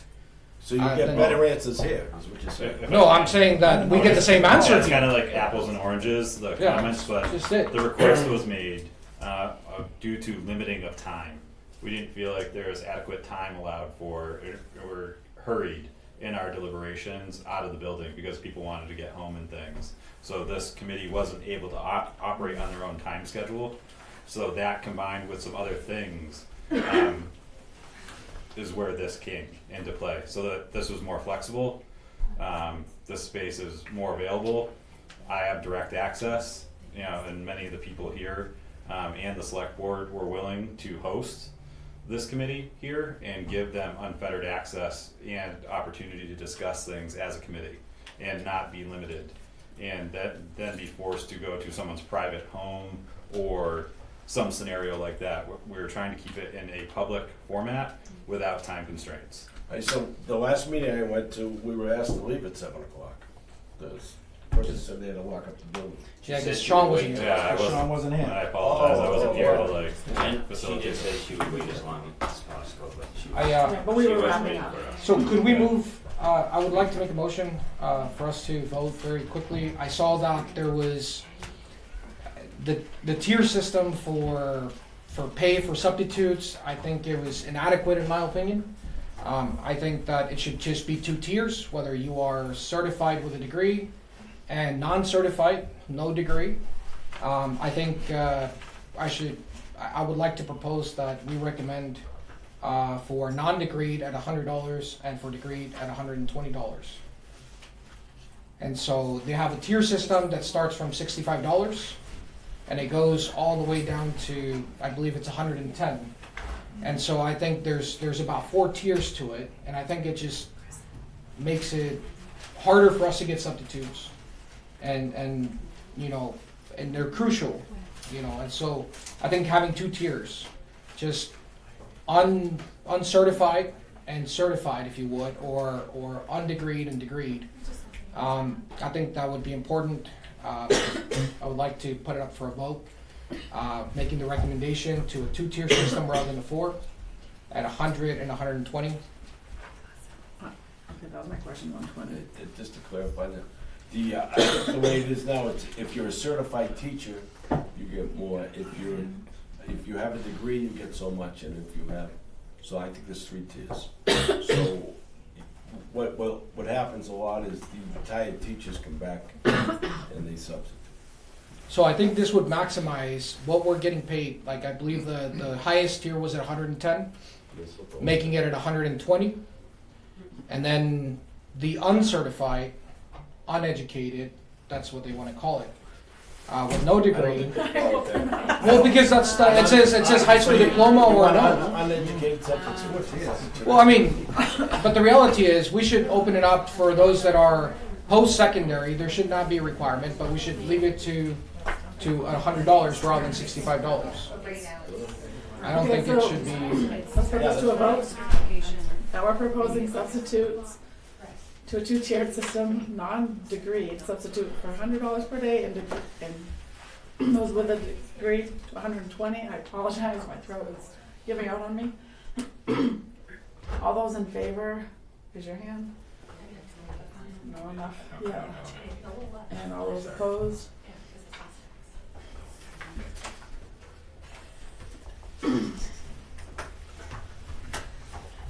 And I think that completes our list at this time. So Jesus has volunteered to put it together and start this the presentation that we'll make to the board. I would like to probably meet on Friday. Do you think that you could get most of it done by then? I think so. I think there's 2 things, and again, it's been limited in time because doesn't matter where we're at, we've been rushed out. But certain things that we wanted to discuss were the expenditure in the owl pellets. I did not put the alcohol. Yeah, the other thing was obviously with, you know, I'm gonna ask those. I don't know where they're coming up with the 55,000 for each school, given that they send me the numbers, they just don't add up. So I think there definitely has to be a review of the need and the money allocated to each school for substitutes. And so, yeah, I think those are 2 things that, whether it's today or Friday, I can have most of it prepared and have room to be able to add, I think, but it should be important that we add a couple of things. Yep, and we have 2 tabled that we'll have to discuss further, and maybe get some clarification on. Item number 4 and 13 were tabled. Okay, so if we meet 5 o'clock on Friday, is that good for everybody? The And space is open, yeah. The space is open. Okay, so our next meeting date will be Friday, December 1st, 5 p.m. We'll have a rough draft of our presentation. Is that here? Yes. So we're not meeting Thursday. No, not Okay. Thursday. That wasn't on, yeah. I don't think it was on. So I believe it said Wednesday/Thursday, so I just want to make sure Oh, in the email. No, I'm showing Wednesday/Friday. that probably was a typo, I apologize. Okay. Actionable items, okay. I would accept a motion to adjourn. Mhm. Well, I move Ahead to of- adjourn. I'll second it, but I'd like to discuss. Okay. It's a simple, some folks that showed up this evening, and I didn't know if you felt prudent to allow people to briefly speak on, what that brought them here, or what they'd like us to consider in our future meetings, and the opportunity to have 2 school board members here as well. So, Okay. but that's, I'm all for that. Can we put a time limit of 20 minutes so that we don't go past 7, because these are long meetings. Everybody's got 12 seconds. So everybody has, we'll put a 2-minute, we'll put a 2-minute, and if we don't hit the 20 minutes, then people can go twice if they really want to. well, Does that work? you'll be last, Dutch. Dutch is last. I'll be quick. Oh, Promise. yeah. Hold on, I'm setting the timer, Dutch. So he might say what we're all, Okay. we all want to say anyway. No, so I just had a quick question. You guys obviously have access to the proposed budget, and you talk about the salaries of the teachers that you're looking to cut, and then you throw out the numbers, 56,000 plus benefits. Do we know, what is the town portion of the benefits to the teachers, like health insurance, whatever, and what are they contributing, or are we 100% paying all the benefits of these teachers? Because Dr. Martin had clearly notified in a meeting a little while ago that she will be taking the benefits next year. So that's going to be an added cost. I mean, you got Liz, who's a mother of 4. That's a family plan of $25,000. I will ask How much are we kicking Tom, our in? school board member. Well, one of the biggest cost factors is that in 1966, the state mandated the retirement plan, and they contributed 35%. So as of this year, they contribute nothing. Not only that, but they've added to who qualifies for the retirement. So that's a big benefit that kind of kicks you, when it comes each year too. To So you're answer your saying- question, Dutch, it depends on the plan that they take. Depends on how much they choose to. But yes, the district pays some of it, but not all of it. But not everybody takes those benefits either. Correct. One thing that could be helpful in the future, perhaps, is I know there are school districts where you may have a teacher or a staff member who already has benefits through, perhaps their spouse, and I think it would be wise for us to.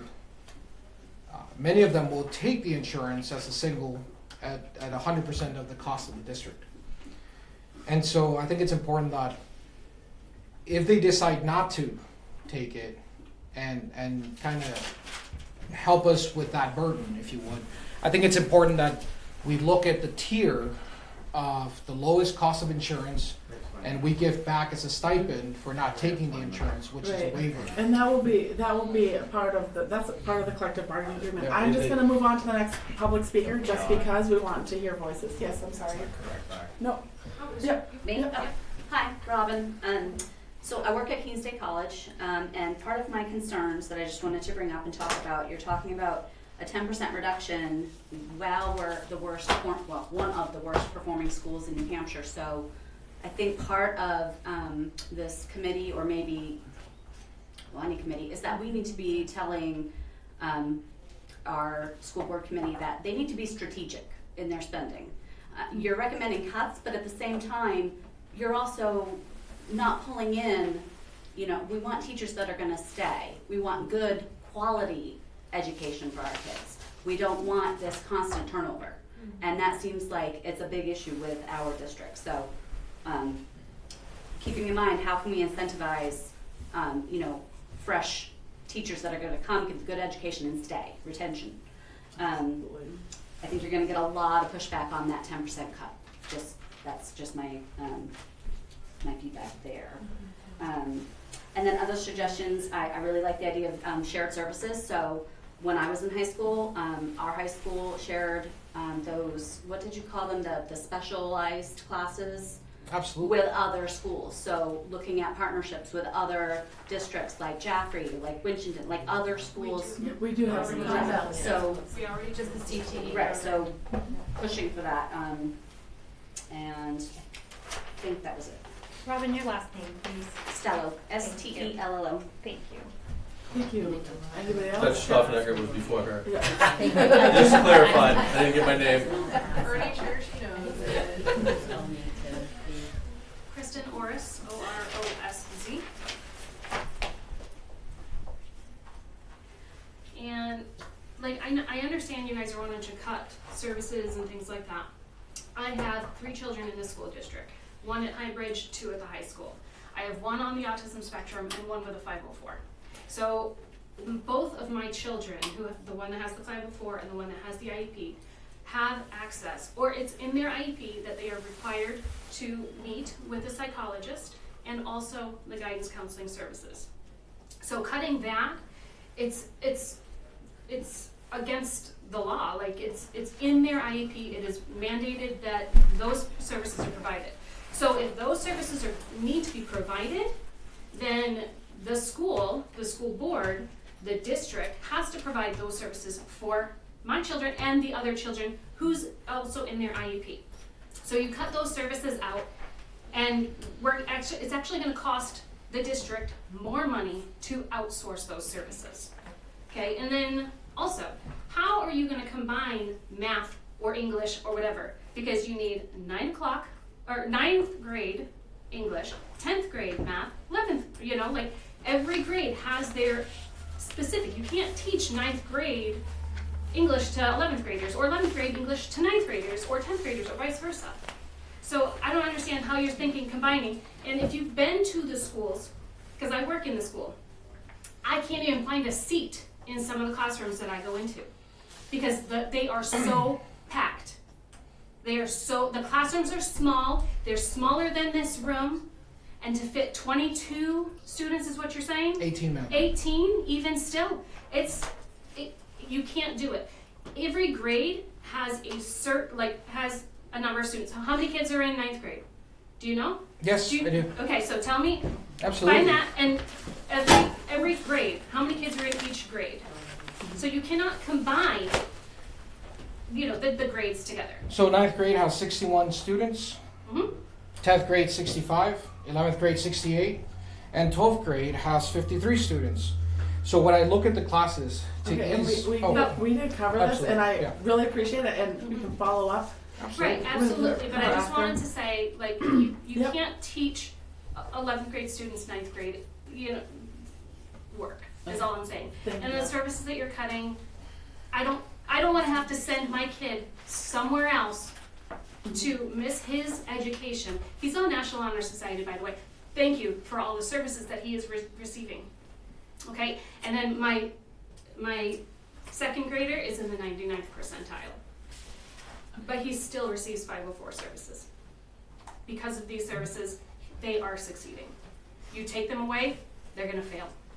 Thank you. Thank you. Anybody else?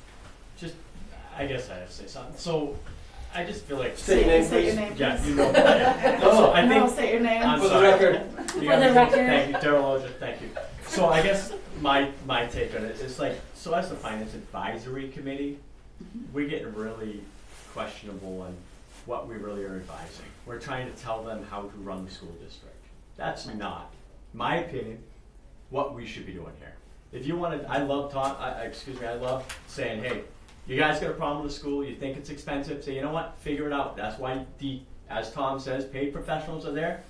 Cut 20%, cut whatever you guys decide. That's for the Finance Advisory Committee meeting or whatever.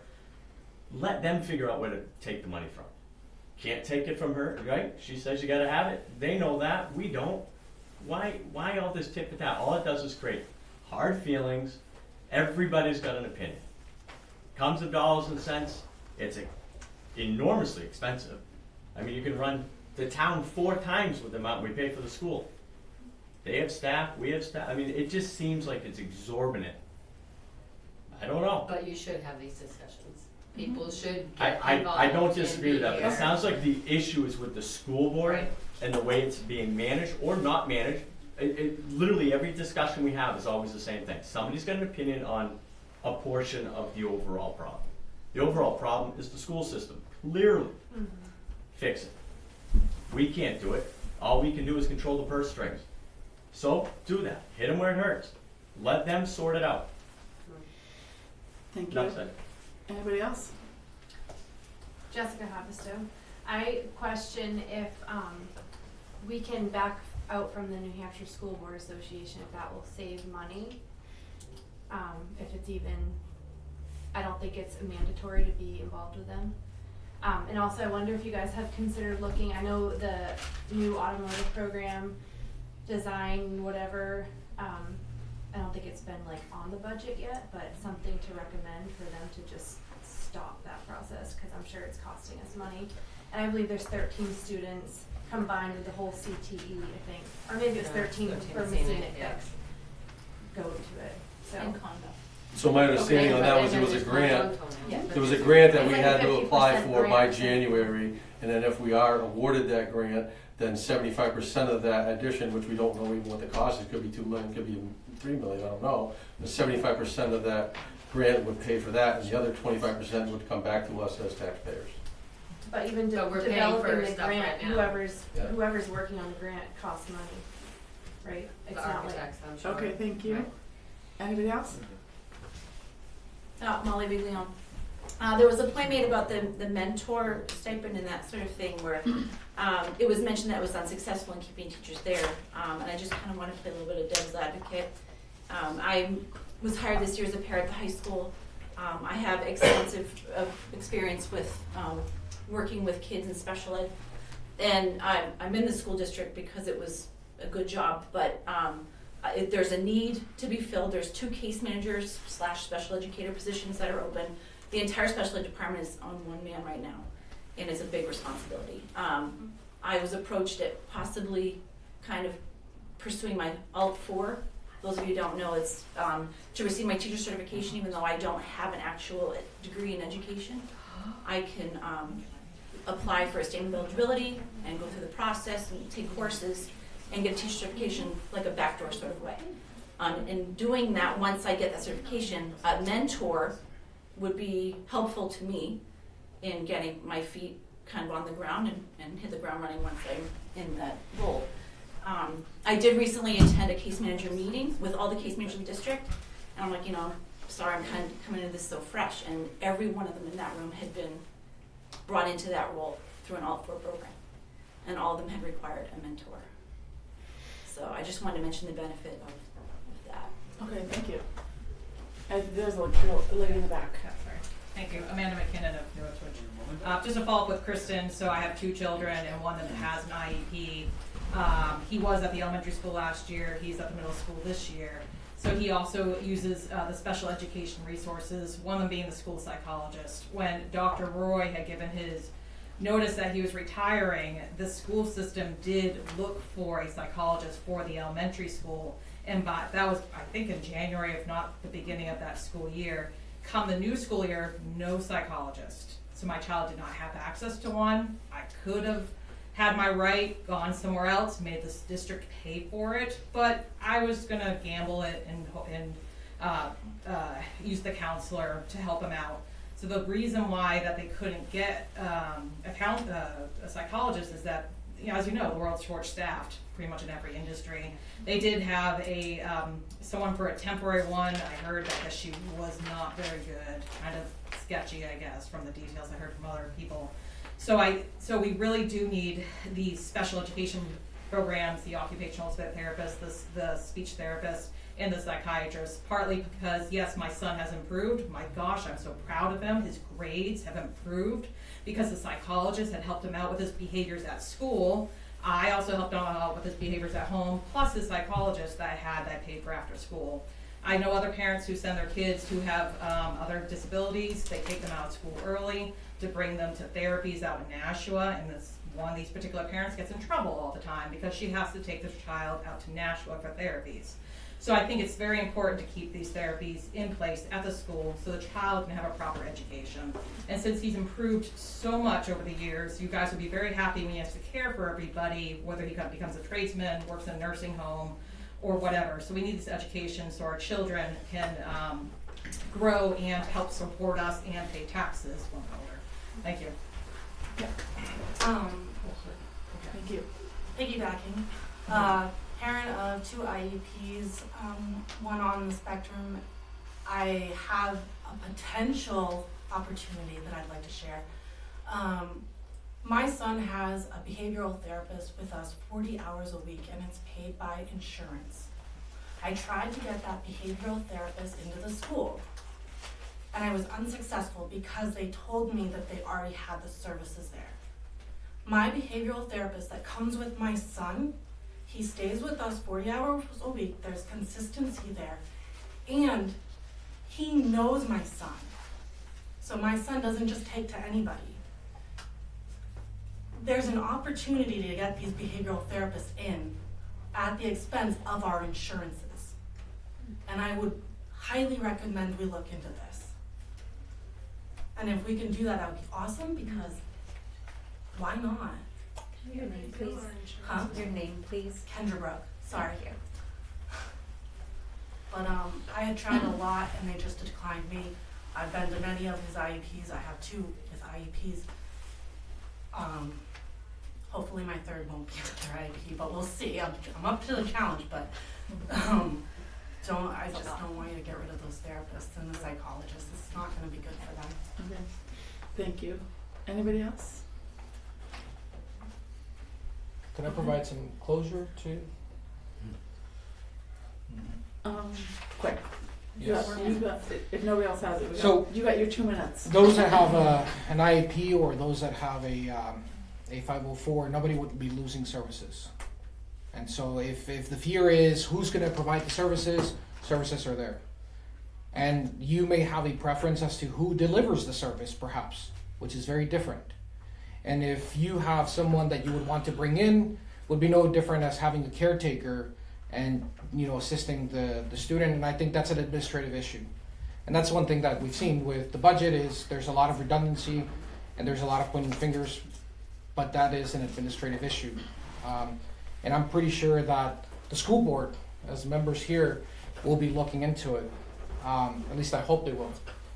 But it's something that nobody would be losing services. Maybe perhaps a preference. So the law is very specific as to what exactly are the counseling services, whether it's a behavioral or otherwise, and they would not be losing services. It's just, we want to provide the proper tools. You don't shovel snow with just any shovel. And I think it's important that we provide the specific tools for them to be able to cope with life in that setting. What are those specific tools, though, that you're talking about? Because you're already getting rid of the psychologists. Absolutely. So the guidance counselor has the same capacity. No, they And don't. so No, they don't. Okay, I don't, because I'm gonna wrap this. I Yeah, really please. appreciate. I will, I think Jesus is. but We'll probably I will go- talk to them afterwards. It's okay. Yeah. It's okay. One So last we question. really yes. The worksheets that you're referring to, are those, you said they're for public, not they're open to the public, or where can we get those? It's like the, Yeah, you're the- talking about the blue book, that's what they do. The No, no, budgets no, and stuff. All the The worksheets. budget, the worksheets. All of these things. Yeah, and actually that's a good point. Yeah, I guess where are they? all of the documents that were made available to last year's ABC are online. These ones are not, so I don't know what that time frame is, like if it happens after or if it happens in real time, but Because if we don't Yeah. have access to go through and like find things that we wanna question at the next couple of the open meetings. You can absolutely go to the SAU. The board has not been given draft 3. These are not final numbers. The budget is still moving and rolling and changes are being made. Sure. The board will be voting on the final budget on the 18th, correct? So we will, December 18th. We'll get our draft 3 information on Monday, but we have the information available, and you're more than welcome to go to the SAU and request that Just request information. it. Absolutely. Just know it's not, they're not final numbers, and we won't have those till the 18th, so. Thank you, guys. Thank you. Thank you for Thank all your you work. guys all for Thank you, coming. guys. It's really great. I would like to Motion to adjourn. Thank you. Again, Alright. Second, for real this time. Jesus Alright. and Adjourn. Sean? Yeah. Adjourn.